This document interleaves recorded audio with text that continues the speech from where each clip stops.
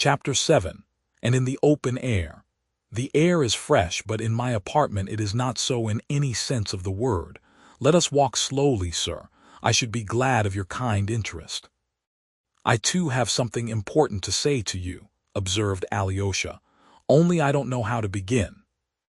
To be sure, you must have business with me. You would never have looked in upon me without some object, unless you come simply to complain of the boy, and that's hardly likely. And by the way, about the boy, I could not explain to you in there, but here I will describe that scene to you. My toe was thicker a week ago, I mean my beard. That's the nickname they give to my beard, the schoolboys most of all. Well, your brother Dmitri Fyodorovitch was pulling me by my beard. I'd done nothing. He was in a towering rage and happened to come upon me. He dragged me out of the tavern into the marketplace. At that moment the boys were coming out of school, and with them Alyosha. As soon as he saw me in such a state he rushed up to me. "Father," he cried, "father!" He caught hold of me, hugged me, tried to pull me away, crying to my assailant, let go, it's my father, forgive him." Yes, he actually cried, "Forgive him." He clutched at that very hand in his little hands and kissed it. I remember his little face at that moment. I haven't forgotten it, and I never shall. "I swear," cried Alyosha, "that my brother will express his most deep and sincere regret, even if he has to go down on his knees in that same marketplace. I'll make him, or he is no brother of mine." "Aha, then it's only a suggestion, and it does not come from him but simply from the generosity of your own warm heart. You should have said so." "No, in that case allow me to tell you of your brother's highly chivalrous soldierly generosity, for he did give expression to it at the time. He left off dragging me by my beard and released me. 'You are an officer,' he said, 'and I am an officer. If you can find a decent man to be your second, send me your challenge. I will give satisfaction, though you are a scoundrel.' That's what he said. A chivalrous spirit indeed. I retired with Alyosha, and that scene is a family record imprinted forever on Alyosha's soul. No, it's not for us to claim the privileges of noblemen. Judge for yourself.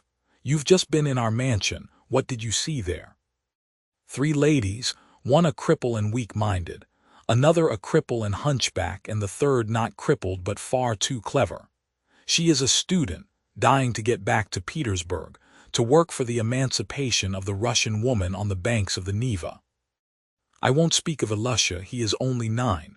I am alone in the world, and if I die, what will become of all of them? I simply ask you that.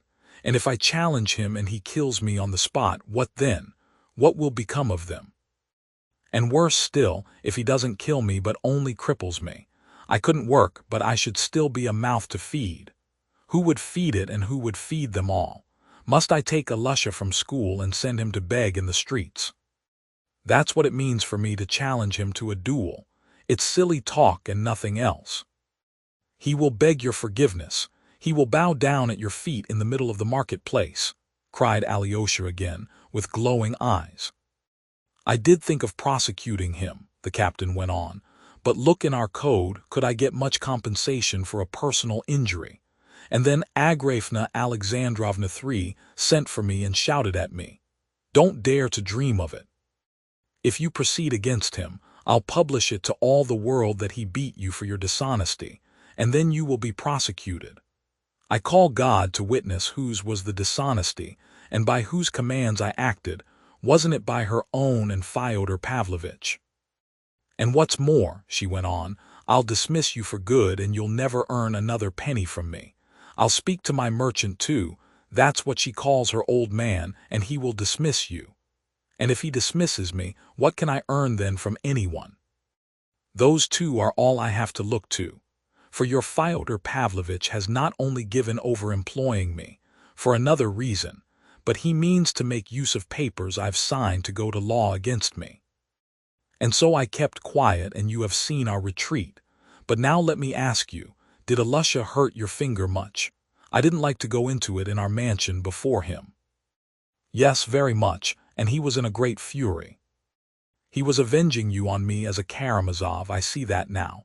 But if only you had seen how he was throwing stones at his school fellows. It's very dangerous. They might kill him. They are children and stupid. A stone may be thrown and break somebody's head.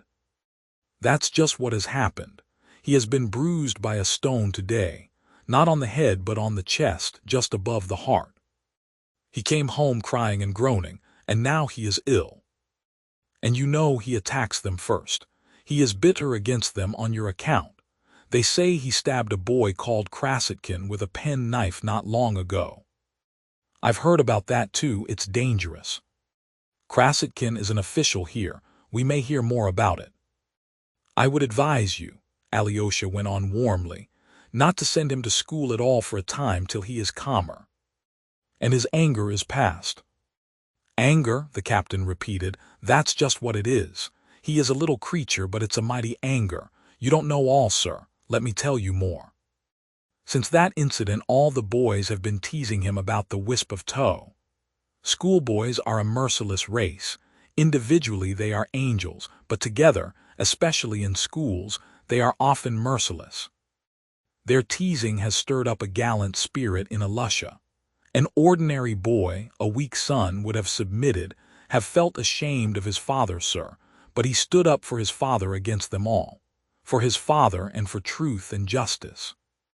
For what he suffered when he kissed your brother's hand and cried to him, "Forgive, Father, forgive him," that only God knows, and I, his father. For our children, not your children, but ours, the children of the poor gentleman looked down upon by everyone, know what justice means, sir, even at 9 years old. How should the rich know? They don't explore such depths once in their lives. But at that moment in the square when he kissed his hand, at that moment my Alyosha had grasped all that justice means. That truth entered into him and crushed him forever, sir, the captain said hotly again with a sort of frenzy, and he struck his right fist against his left palm as though he wanted to show how the truth crushed Alyosha. That very day, sir, he fell ill with fever and was delirious all night. All that day he hardly said a word to me, but I noticed he kept watching me from the corner, though he turned to the window and pretended to be learning his lessons. But I could see his mind was not on his lessons. Next day I got drunk to forget my troubles, sinful man as I am, and I don't remember much. Mama began crying too. I am very fond of Mama. Well, I spent my last penny drowning my troubles. Don't despise me for that, sir. In Russia men who drink are the best. The best men amongst us are the greatest drunkards. I lay down and I don't remember about Alyosha, though all that day the boys had been jeering at him at school. Wisp of tow, they shouted. Your father was pulled out of the tavern by his wisp of tow. You ran by and begged forgiveness. On the third day when he came back from school, I saw he looked pale and wretched. What is it? I asked. He wouldn't answer. Well, there's no talking in our mansion without Mama and the girls taking part in it. What's more, the girls had heard about it the very first day. Varvara had begun snarling. You fools and buffoons, can you ever do anything rational? Quite so, I said. Can we ever do anything rational? For the time I turned it off like that. So in the evening I took the boy out for a walk, for you must know we go for a walk every evening, always the same way, along which we are going now, from our gate to that great stone which lies alone in the road under the hurdle, which marks the beginning of the town pasture. A beautiful and lonely spot, sir. Alyosha and I walked along hand in hand as usual. He has a little hand, his fingers are thin and cold. He suffers with his chest, you know. Father, said he, father. Well, said I saw his eyes flashing. Father, how he treated you then. It can't be helped, Alyosha, I said. Don't forgive him, father, don't forgive him. At school they say that he has paid you 10 rubles for it. No, Alyosha, said I would not take money from him for anything. Then he began trembling all over, took my hand in both his and kissed it again. Father, he said, father, challenge him to a duel. At school they say you are a coward and won't challenge him, and that you'll accept 10 rubles from him. I can't challenge him to a duel, Alyosha, I answered. And I told briefly what I've just told you. He listened. "Father," he said, "anyway don't forgive it. When I grow up I'll call him out myself and kill him." His eyes shone and glowed. And of course I am his father, and I had to put in a word. "It's a sin to kill," I said, "even in a duel." "Father," he said, "when I grow up I'll knock him down, knock the sword out of his hand, I'll fall on him, wave my sword over him and say, 'I could kill you, but I forgive you, so there.'" You see what the workings of his little mind have been during these 2 days. He must have been planning that vengeance all day and raving about it at night. But he began to come home from school badly beaten. I found out about it the day before yesterday, and you are right. I won't send him to that school anymore. I heard that he was standing up against all the class alone and defying them all, that his heart was full of resentment, of bitterness. I was alarmed about him. We went for another walk. "Father," he asked, "are the rich people stronger than anyone else on earth?" "Yes, Elisha," I said, "there are no people on earth stronger than the rich." "Father," he said, "I will get rich, I will become an officer and conquer everybody. The Tsar will reward me, I will come back here and then no one will dare." Then he was silent and his lips still kept trembling. "Father," he said, "what a horrid town this is." "Yes, Elisha," I said, "it isn't a very nice town." "Father, let us move into another town, a nice one," he said, "where people don't know about us." "We will move, we will, Elisha," said I, "only I must save up for it." I was glad to be able to turn his mind from painful thoughts, and we began to dream of how we would move to another town, how we would buy a horse and cart. "We will put Mama and your sisters inside. We will cover them up and we'll walk. You shall have a lift now and then, and I'll walk beside. For we must take care of our horse, we can't all ride. That's how we'll go." He was enchanted at that, most of all at the thought of having a horse and driving him. For of course a Russian boy is born among horses. We chattered a long while. Thank God, I thought, I have diverted his mind and comforted him. That was the day before yesterday in the evening, but last night everything was changed. He had gone to school in the morning, he came back depressed, terribly depressed. In the evening I took him by the hand and we went for a walk. He would not talk. There was a wind blowing and no sun and a feeling of autumn. Twilight was coming on. We walked along, both of us depressed. "Well, my boy," said I, "how about our setting off on our travels?" I thought I might bring him back to our talk of the day before. He didn't answer, but I felt his fingers trembling in my hand. I thought, it's a bad job. There's something fresh. We had reached the stone where we are now. I sat down on the stone, and in the air there were lots of kites flapping and whirling. There were as many as 30 in sight. Of course, it's just the season for the kites. "Look, Elisha," said I, "it's time we got out our last year's kite again. I'll mend it. Where have you put it away?" My boy made no answer. He looked away and turned sideways to me, and then a gust of wind blew up the sand. He suddenly fell on me, threw both his little arms round my neck and held me tight. You know, when children are silent and proud, and try to keep back their tears when they are in great trouble and suddenly break down, their tears fall in streams. With those warm streams of tears, he suddenly wetted my face. He sobbed and shook as though he were in convulsions and squeezed up against me as I sat on the stone. "Father," he kept crying, "dear father, how he insulted you." And I sobbed too. We sat shaking in each other's arms. "Elisha," I said to him, "Elisha, darling." No one saw us then. God alone saw us. I hope he will record it to my credit. You must thank your brother, Alexei Fyodorovitch. "No, sir, I won't thrash my boy for your satisfaction." He had gone back to his original tone of resentful buffoonery. Alyosha felt, though, that he trusted him, and that if there had been someone else in his, Alyosha's place, the man would not have spoken so openly and would not have told what he had just told. This encouraged Alyosha, whose heart was trembling on the verge of tears. "Ah, how I would like to make friends with your boy," he cried, "if you could arrange it." "Certainly, sir," muttered the captain. "But now listen to something quite different," Alyosha went on. "I have a message for you. That same brother of mine, Dmitri, has insulted his betrothed too, a noble-hearted girl of whom you have probably heard. I have a right to tell you of her wrong. I ought to do so, in fact, for hearing of the insult done to you and learning all about your unfortunate position.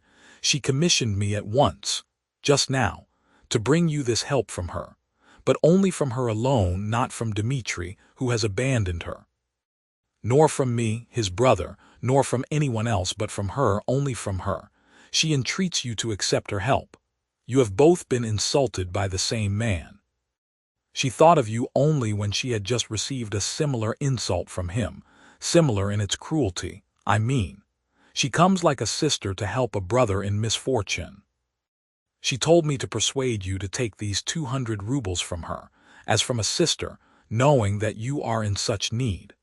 No one will know of it. It can give rise to no unjust slander. There are the 200 rubles, and I swear you must take them unless all men are to be enemies on earth, but there are brothers even on earth. You have a generous heart. You must see that, you must. And Alyosha held out 2 new rainbow-colored 100-ruble notes. They were both standing at the time by the great stone close to the fence, and there was no one near. The notes seemed to produce a tremendous impression on the captain. He started, but at first only from astonishment. Such an outcome of their conversation was the last thing he expected. Nothing could have been farther from his dreams than help from anyone and such a sum. He took the notes, and for a minute he was almost unable to answer. Quite a new expression came into his face. That for me. So much money, 200 rubles, good heavens. Why, I haven't seen so much money for the last 4 years. Mercy on us. And she says she is a sister. And is that the truth? I swear that all I told you is the truth, cried Alyosha. The captain flushed red. Listen, my dear, listen. If I take it, I shan't be behaving like a scoundrel. In your eyes, Alexei Fyodorovitch, I shan't be a scoundrel. No, Alexei Fyodorovitch, listen, he hurried, touching Alyosha with both his hands. You are persuading me to take it, saying that it's a sister sends it. But inwardly, in your heart, won't you feel contempt for me if I take it, eh? No, on my salvation I swear I shan't. And no one will ever know but me. I, you and she, and one other lady, her great friend. Never mind the lady. Listen, Alexei Fyodorovitch, at a moment like this you must listen, for you can't understand what these 200 rubles mean to me now. The poor fellow went on rising gradually into a sort of incoherent, almost wild enthusiasm. He was thrown off his balance and talked extremely fast, as though afraid he would not be allowed to say all he had to say. Besides its being honestly acquired from a sister, so highly respected and revered, do you know that now I can look after Mama and Nina, my hunchback angel daughter? Dr. Herzenstube came to me in the kindness of his heart and was examining them both for a whole hour. I can make nothing of it, said he, but he prescribed a mineral water which is kept at a chemist, here. He said it would be sure to do her good, and he ordered baths too, with some medicine in them. The mineral water costs 30 kopecks, and she'd need to drink 40 bottles perhaps. So I took the prescription and laid it on the shelf under the icons, and there it lies. And he ordered hot baths for Nina with something dissolved in them, morning and evening. But how can we carry out such a cure in our mansion, without servants, without help, without a bath, and without water? Nina is rheumatic all over, I don't think I told you that. All her right side aches at night, she is in agony, and, would you believe it, the angel bears it without groaning for fear of waking us. We eat what we can get, and she'll only take the leavings, what you'd scarcely give to a dog. I am not worth it, I am taking it from you, I am a burden on you, that's what her angel eyes try to express. We wait on her, but she doesn't like it. I am a useless cripple, no good to anyone. As though she were not worth it when she is the saving of all of us with her angelic sweetness. Without her gentle word it would be hell among us. She softens even Varvara. And don't judge Varvara harshly either, she is an angel too. She too has suffered wrong. She came to us for the summer, and she brought 16 rubles she had earned by lessons and saved up, to go back with to Petersburg in September, that is now. But we took her money and lived on it, so now she has nothing to go back with. Though indeed she couldn't go back, for she has to work for us like a slave. She is like an overdriven horse with all of us on her back. She waits on us all, mends and washes, sweeps the floor, puts Mama to bed. And Mama is capricious and tearful and insane. And now I can get a servant with this money, you understand, Alexei Fyodorovitch. I can get medicines for the dear creatures. I can send my student to Petersburg. I can buy beef. I can feed them properly. Good Lord, but it's a dream. Alyosha was delighted that he had brought him such happiness, and that the poor fellow had consented to be made happy. Stay, Alexei Fyodorovitch, stay. The captain began to talk with frenzied rapidity, carried away by a new day dream. Do you know that Alyosha and I will perhaps really carry out our dream? We will buy a horse and cart, a black horse. He insists on its being black, and we will set off as we pretended the other day. I have an old friend, a lawyer in K province, and I heard through a trustworthy man that if I were to go he'd give me a place as clerk in his office. So, who knows, maybe he would. So I just put Mama and Nina in the cart, and Alyosha could drive, and I'd walk. Why, if I only succeed in getting one debt paid that's owing me, I should have perhaps enough for that too. There would be enough, cried Alyosha. Katerina Ivanovna will send you as much more as you need, and you know, I have money too, take what you want. As you would from a brother, from a friend, you can give it back later. You'll get rich. And you know you couldn't have a better idea than to move to another province. It would be the saving of you, especially of your boy, and you ought to go quickly, before the winter, before the cold. You must write to us when you are there, and we will always be brothers. No, it's not a dream. Alyosha could have hugged him, he was so pleased, but glancing at him he stopped short. The man was standing with his neck outstretched and his lips protruding, with a pale and frenzied face. His lips were moving as though trying to articulate something. No sound came, but still his lips moved. It was uncanny. What is it? Asked Alyosha, startled. Alexei Fyodorovitch, you, muttered the captain, faltering, looking at him with a strange, wild, fixed stare and an air of desperate resolution. At the same time there was a sort of grin on his lips. You, sir, wouldn't you like me to show you a little trick I know? He murmured suddenly in a firm, rapid whisper, his voice no longer faltering. What trick? A pretty trick, whispered the captain. His mouth was twisted on the left side, his left eye was screwed up. He still stared at Alyosha. What is the matter? What trick? Alyosha cried, now thoroughly alarmed. Why, look, squealed the captain suddenly, and showing him the 2 notes which he had been holding by one corner between his thumb and forefinger during the conversation. He crumpled them up savagely and squeezed them tight in his right hand. Do you see? He shrieked, pale and infuriated, and suddenly flinging up his hand, he threw the crumpled notes on the sand. Do you see? He shrieked again, pointing to them. Look there. And with wild fury he began trampling them under his heel, gasping and exclaiming as he did so.